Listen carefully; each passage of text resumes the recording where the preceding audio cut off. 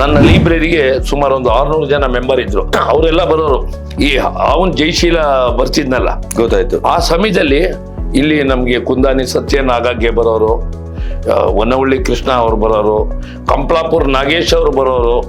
ಅವರೆಲ್ಲ ಪುಸ್ತಕಗಳನ್ನ ತಗೊಂಡವರು. ಇದೆಲ್ಲ ನೆನಪು ಮಾಡ್ಕೊಂಡಾಗ ಭೀಮಾ ನಾಗರಾಜು, ಹೌದಪ್ಪ, ಇವರೆಲ್ಲ ಬಂದು ಇದನ್ನ ನನ್ನ ಆಟಿಟ್ಯೂಡ್ ನೋಡೋರು, ನನ್ನ ಬೆಳವಣಿಗೆ ನೋಡೋರು. ಆಮೇಲೆ ಅವ್ರಿಗೂ ನಾನು ಓದ್ತಿದ್ನಲ್ಲ, ಆ ಪುಸ್ತಕಗಳನ್ನ ಅವ್ರಿಗೂ ಕೊಡ್ತಿದ್ದೆ, ಮತ್ತೆ ಬೇರೆಯವ್ರಿಗೂ ಕೊಡ್ತಿದ್ದೆ. ನಿಮ್ ನಾಟಕದಲ್ಲಿ ಒಂದು ಬಾಕ್ಸಿಂಗ್ ಸೀನ್ ಹಾಕೊಳ್ಳೋಣ ಅಂದ್ರು. ನಾನು ಬಸವರಾಜಿಗೆ ರಾಘವೇಂದ್ರ ಪತ್ರಿಕೆ ಸ್ವಲ್ಪ ಒಂದು ಹಾಕು ಚೆನ್ನಾಗಿರುತ್ತೆ ಅಂತ ಹೇಳಿದ್ರು. ಇವ್ರಿಗೆ ಹೇಳ್ದೆ, ಈ ತರ ಚೇರ್ಮನ್ ಚೆನ್ನಪ್ಪ ಕೆಟ್ಟವನು, ಅದರಲ್ಲಿ ಕೆಟ್ಟ ಪಾತ್ರಧಾರಿ ಅವನು, ಊರಿನವ್ರಿಗೆಲ್ಲ ಮೋಸ ಮಾಡ್ತಾ ಇರ್ತಾನೆ. ಸರಿ, ಬಾಕ್ಸಿಂಗ್ ಸೀನ್ ಬಂತು. ಇವರೆಲ್ಲ ಮಾತಾಡ್ಕೊಂಬಿಟ್ಟಿರೋ, ನಿಜವಾಗ್ಲೂ ಹೊಡಿತಾ ಇದ್ದಾರೆ ನನಗೆ. ನಾನು ಅಯ್ಯೋ ಬಿಡ್ರಪ್ಪ, ಹೊಡಿಬಿಡಿ, ಇದೊಂದೇ ಪಾತ್ರದಲ್ಲಿ ಇರ್ತೀಯ ನೀನು, ಬೇರೆ ಪಾತ್ರ ಮಾಡಲ್ವಾ ಅಂತಾರೆ ಜನ. ಶಿಲ್ಪಿ ಹೊಡಿತಾರೆ. ನನ್ನ ಮೈ ಕೈಯೆಲ್ಲ ಜೋರಾಗಿ ಹೊಡೆದು ಕೇಳ್ಬಿಟ್ರು ಟೌನ್ನಲ್ಲಿ. ರಂಗಭೂಮಿಯ ಹಿನ್ನೆಲೆಯಿಂದ ಅಂತ ಬಂದಂಥವ್ರು ಯಾರು? ಡಿಕ್ಕಿ ಮಾಧವರಾಯರು. ಡಿಕ್ಕಿ ಮಾಧವರಾಯರು ಮೂಲತಃ ರಂಗಭೂಮಿಯಿಂದ ಬಂದಂಥವ್ರು. ಅವರೇ ಹೇಳಿದ ಮಾತಿದು, ರಮಾನಂದ್, ನಾಟಕನೇ ನೆಚ್ಕೊಂಡು ಬದುಕೋದಕ್ಕಾಗೋದಿಲ್ಲ ನೋಡು. ನಾನು 99 ಸಾರಿ ಸದಾರಮೆಯಲ್ಲಿ ಕಳ್ಳನ ಪಾತ್ರ ಮಾಡಿದ್ದೆ, ಗೋಲ್ಡ್ ಮೆಡಲ್ ಬಂದಿತ್ತು. ನನ್ನ ಹತ್ರ ಏನೂ ಇಲ್ಲ, ತೊಂದರೆಯಲ್ಲಿದ್ದೀನಿ ಅಂದರು.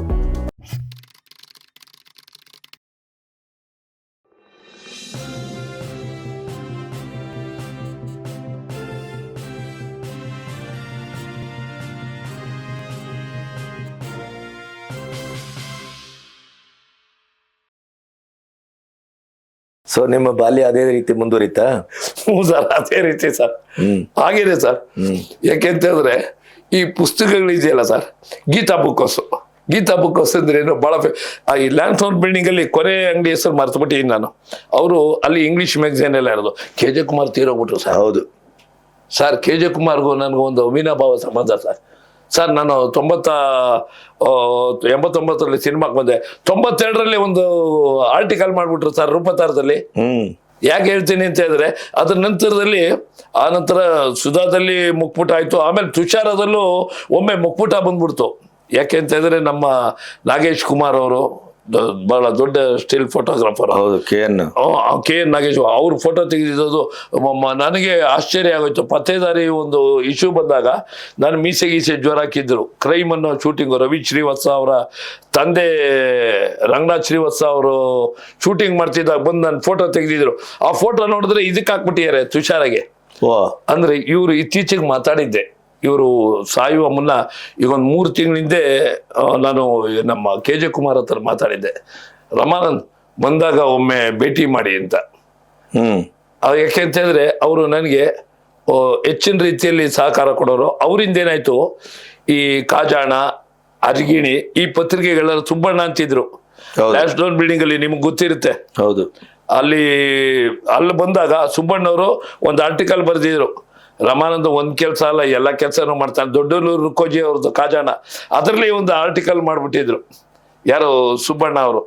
ಅಂದ್ರೆ ಯಾಕೆ ಹೇಳ್ತೀನಿ ಅಂತ ಹೇಳಿದ್ರೆ, ಅಲ್ಲಿ ಪತ್ರಿಕೆಗಳನ್ನ ತಗೊಳ್ಳೋದು, ಫಿಲಿಂ ಫೇರ್ ತಗೊಳ್ಳೋದು, ಸ್ಕ್ರೀನ್ ತಗೊಳ್ಳೋದು, ಆಮೇಲೆ ಸಿನಿ ಬಿಲ್ಡ್ಸ್ ತಗೊಳ್ಳೋದು, ಸ್ಟಾರ್ಡಸ್ಟು, ಸ್ಟಾರ್ ಸ್ಟೈಲು, ಆಮೇಲೆ ಹೊಸ ಕಾದಂಬರಿಗಳನ್ನೆಲ್ಲ ಅಲ್ಲಿ ತಗೊಳ್ಳೋದು ಗೀತಾ ಬುಕ್ ಹೌಸ್ ಅಲ್ಲಿ.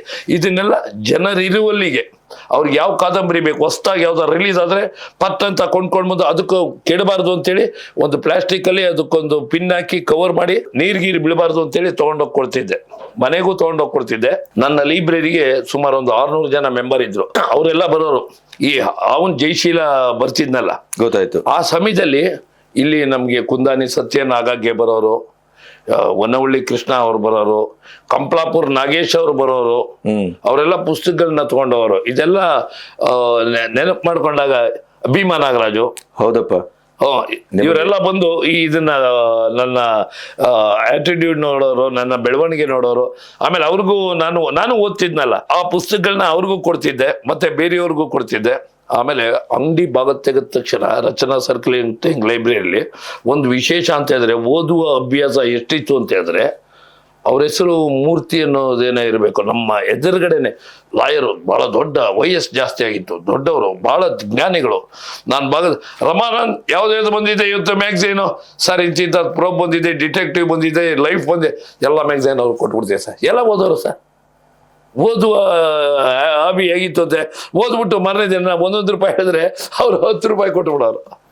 ನಾನು ಇಷ್ಟೊತ್ತು ನಿಮ್ಮೆದುರು ಕೂತು ಈ ಮೊಬೈಲನ್ನು ಸರ್ಚ್ ಯಾಕೆ ಮಾಡಿದೆ ಅಂದರೆ, ಬದುಕು ಎಷ್ಟು ಅನಿರೀಕ್ಷಿತ ಅನ್ನೋದಕ್ಕೆ.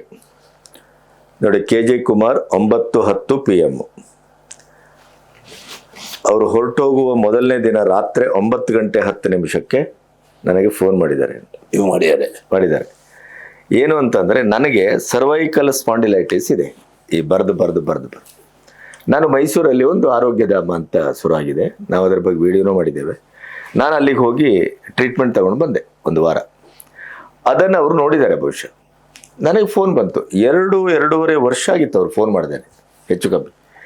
KJ ಕುಮಾರ್ ಅಂತ ಬಂತಲ್ಲ, ಏನು ಹೇಗಿದ್ದೀರಿ ಗಣಪತಿ ಅವರು ಅಂದರೆ, ನಿಮ್ಮ ವಿಡಿಯೋ ಎಲ್ಲ ನೋಡಿದ್ದೇನೆ, ನನಗೆ ಅಲ್ಲೊಂದು ಹೋಗಬೇಕು, ಸ್ವಲ್ಪ ನನಗೆ ಸಹಕಾರ ಮಾಡಿ, ಅಲ್ಲೊಂದು ಮಾತಾಡಿ, ಏನಾದರೂ ಸ್ವಲ್ಪ ಅವರು ಏನೋ ಎಷ್ಟೋ ದುಡ್ಡು ಅಂತ ಅಂದರು, ಅದನ್ನೊಂಚೂರು ಕನ್ಸೆಷನ್ ಎಲ್ಲ ಮಾಡಿಸಿ ಒಂಚೂರು.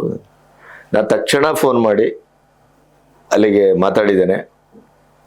ಅದರ ನಡೆಸ್ತಾ ಇರುವಂಥ ನಮ್ಮ ದಕ್ಷಿಣ ಕನ್ನಡದ ಹುಡುಗ, ಅವ್ರದ್ದು ತಾಯಿ ತಿರೋಗಿದ್ದಾರೆ.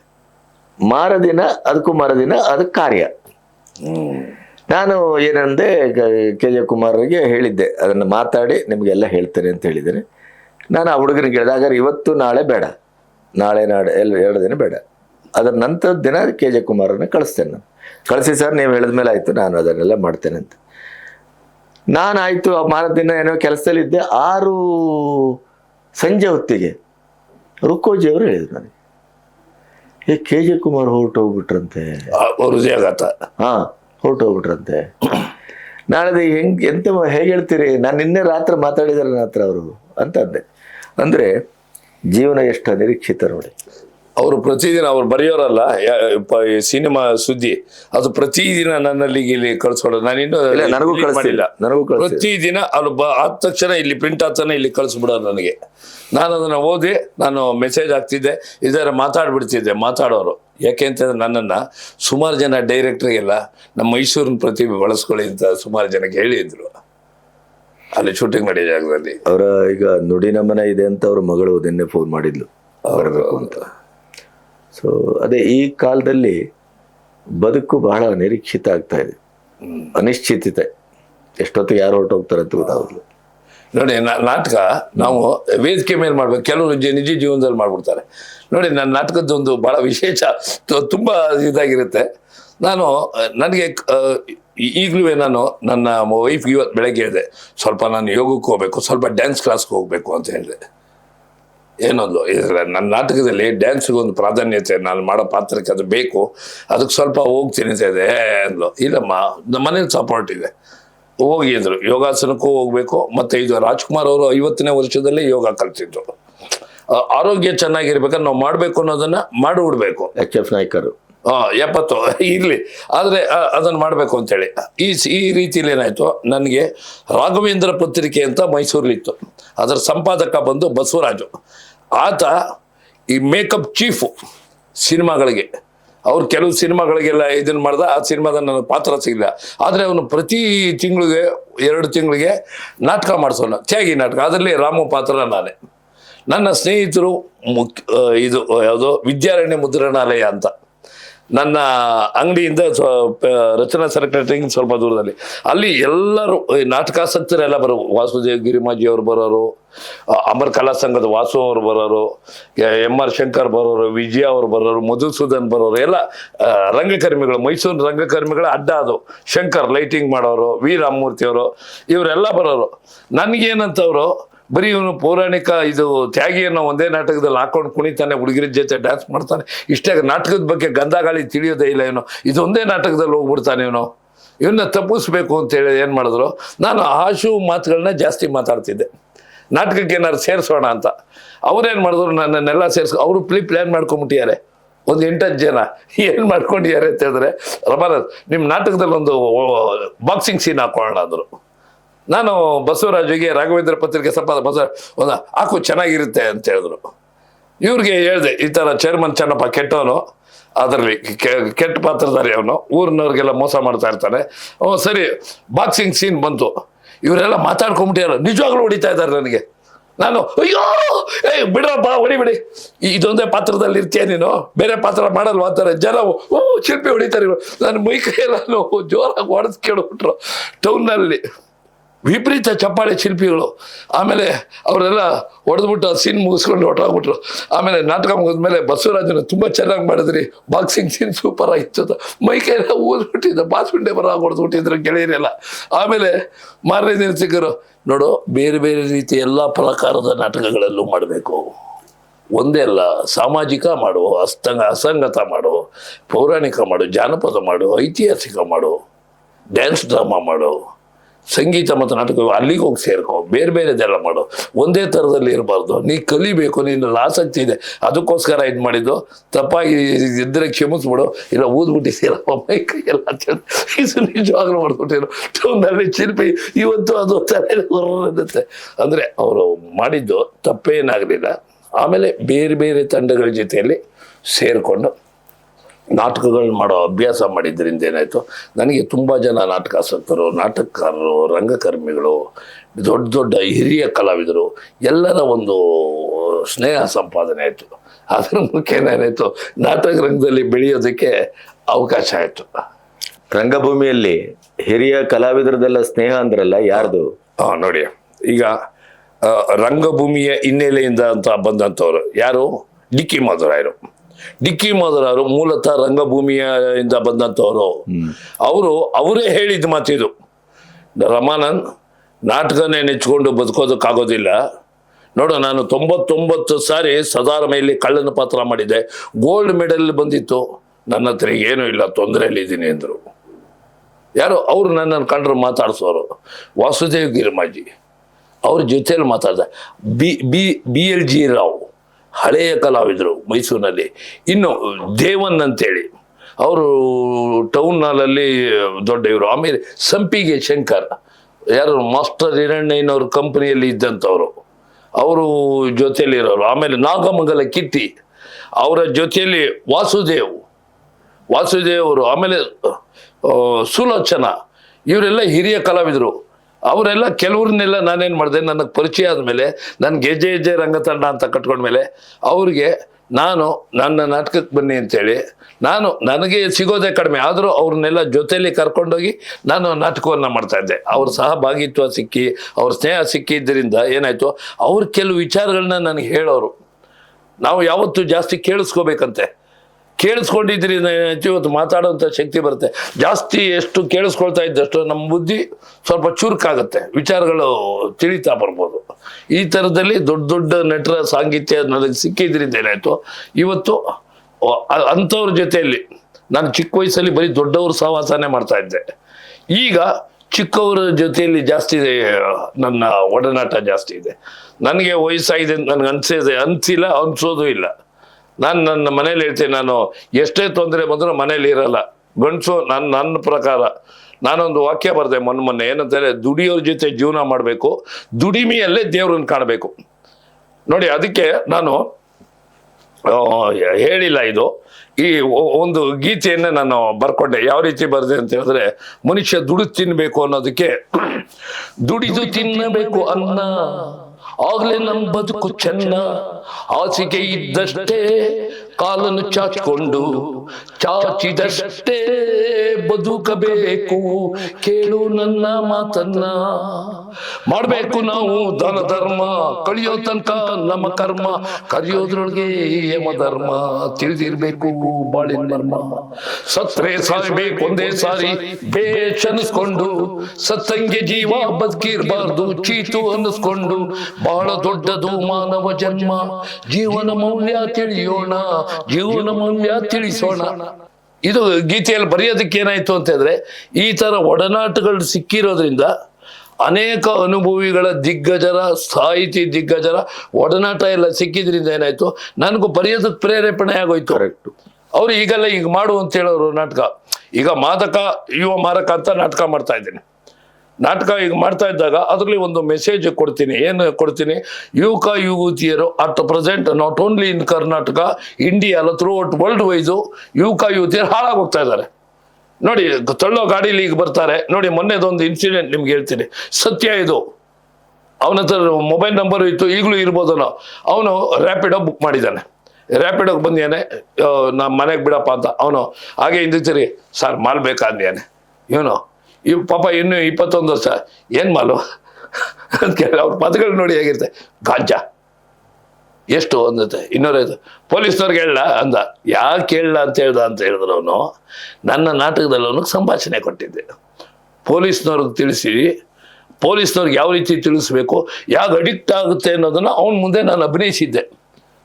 ಅದನ್ನ ಅವನಲ್ಲಿ ಉಪಯೋಗಿಸ್ಕೊಂಡ. ಅವ್ರ ನಂಬರ್ ಇದೆ ಸರ್ ಅಂತ ಹೇಳ್ದ.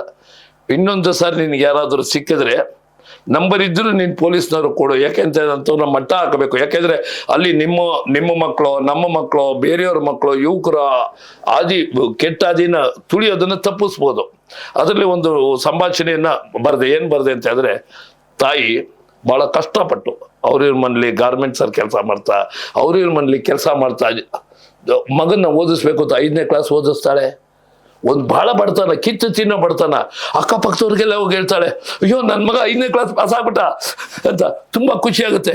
ಮಗಂಗೆ ಒಂಚೂರು ಉಪ್ಪಿಟ್ಟು ಮಾಡ್ಕೊಡ್ತಾಳೆ, ಅವತ್ತು ಒಂಚೂರು ಕೇಸರಿ ಬಾತು ಅದನ್ನು ಮಾಡ್ಕೊಡ್ತಾಳೆ. ಮಗ ತಿಂತ 6 ಆಗುತ್ತೆ, 7 ಆಗುತ್ತೆ, SLC ಆಗುತ್ತೆ, PUC ಆಗುತ್ತೆ. ಬಹಳ ಕಷ್ಟಪಟ್ಟು ಓದಿಸ್ತಾಳೆ ಅಲ್ಲಿ ಇಲ್ಲಿ. ಅಂದ್ರೆ ನಿರಂತರವಾಗಿ ತಾಯಿ ಮೊದಲನೇ ಗುರು, ತುಂಬಾ ಶ್ರಮ ವಹಿಸಿ ಮಾಡ್ತಾಳೆ. ಅವನು ಓದ್ತಾ ಏನಾಗುತ್ತೆ, ಇದಾಗ್ಬಿಡ್ತಾನೆ, ಇಂಜಿನಿಯರ್ ಆಗ್ಬಿಡ್ತಾನೆ. ಇಂಜಿನಿಯರ್ ಆದಾಗ ಏನಾಗುತ್ತೆ, ಕಾಲೇಜಲ್ಲಿ ಒಬ್ಬ ಬರ್ತಾನೆ, ಅವನ ಸ್ನೇಹಿತ ಸಹೋದ್ಯೋಗಿ. ಅಲ್ಲಿ ದುಷ್ಟರಿರ್ತಾರೆ, ದುರ್ಮಾರ್ಗಿಗಳಿರ್ತಾರೆ. ಅವನೇನ್ ಮಾಡ್ತಾನೆ, ಬಂದ್ಬಿಟ್ಟು ಅಂತೂ ಚಿಕ್ಕ ವಯಸ್ಸಿನ ಚೆನ್ನಾಗಿ ಬಂದಗಣ, ನಾನು ನಿನ್ನ ಬಲಿತಾನೆ, ಒಂಚೂರು ಇದೊಂದು ಚಗೊಳ ಪುಡಿದು ಚರಸಿದು ಸುಮ್ಮನೆ ಈಗ ಹಾಕೊಂಡ್ಬಿಟ್ಟು ಈಗ ಹಾಕೊಂಡ್ರೆ ಮಜಾ ಗಮ್ ಅನ್ನುತ್ತೆ. ಅದು ಮಜಾ ಅನುಭವಿಸ್ಬೇಕು ಕಣ. ಹಿಂಗೆ ಯಾವಾಗಲೆಲ್ಲ ಕಷ್ಟ ಇರುತ್ತೆ. ನೀ ಕೆಲ್ಸಕ್ಕೆ ಸೇರಿದ್ರೆ ನಿನ್ನ ತಾಯಿನ ಸಾಕ್ತೀಯ, ಜೋರಾಗಿರ್ತಾರೆ. ವೈಡಿ ಊರಿ ಇಲ್ ಟೇಕ್ ಅಂತ ತಗೊಂಡ. ಮನೆಗೆ ಬಂದ, ತಾಯಿಗೆ ಅವನ ಮೇಲೆ ಅನುಮಾನ ಆಯ್ತು, ಇದೇನು ಸ್ವಲ್ಪ ಮಂಕಲ್ ಬರ್ತಾ ಇದ್ದಾನ ಅಂತ. ಮಾರನೇ ದಿನ ಮಂಕಲ್ ಬಂದ, ತೂರಾಡ್ತಾ ಮತ್ತೆ ಏರ್ಬಿಟ್ಟಿರುತ್ತಲ್ಲ. ತಾಯಿ ಕೇಳಿದ್ರು, ನಿನ್ಗೇನೋ ಗೊತ್ತಾಗಲ್ಲ, ಸುಮ್ಮನಿರಮ್ಮ ನಿನ್ಗೆ ಅಂತ. ಇದು ಡೈಲಾಗ್ ನಾನು ಹೇಳ್ತಾ ಇರೋದು. ಅವ್ನ ಡೈಲಾಗ್ ಸುಮ್ಮನೆ ಕೂತ್ಕೊ ಅಂತ ಹೇಳ್ದ. ಮಾರನೇ ದಿನ ತಾಯಿಗೆ ಒಂದು ಕಪಾಲಕ್ಕೆ ಹೊಡೆದ್ಬಿಟ್ಟ ತಾಯಿಗೆ. ಯಾಕೋ ನೀನು ಸುಮ್ಮನೆ ಇರಬೇಕು, ನೀನು ಓದಿಲ್ಲ, ನೀನು ನನ್ನನ್ನು ಓದಿಸಿದ್ಯಾ ಅಷ್ಟೇ, ನೀವು ಹುಡ್ಸಿದ್ದಂಗೆ ನನ್ನನ್ನು ಓದಿಸ್ತಾ ಇರೋದು, ಯು ಶಟ್ ಅಪ್ ಅಂತೇಳಿ ಅವಳನ್ನ ಬಿಟ್ಟ. ಆಮೇಲೆ ತಿರ್ಗಾ ಮಾರನೇ ದಿನ ಬಂದ, ಹಾಗೆ ಅಡಿಕ್ಟ್ ಆಗ್ಬಿಟ್ಟ.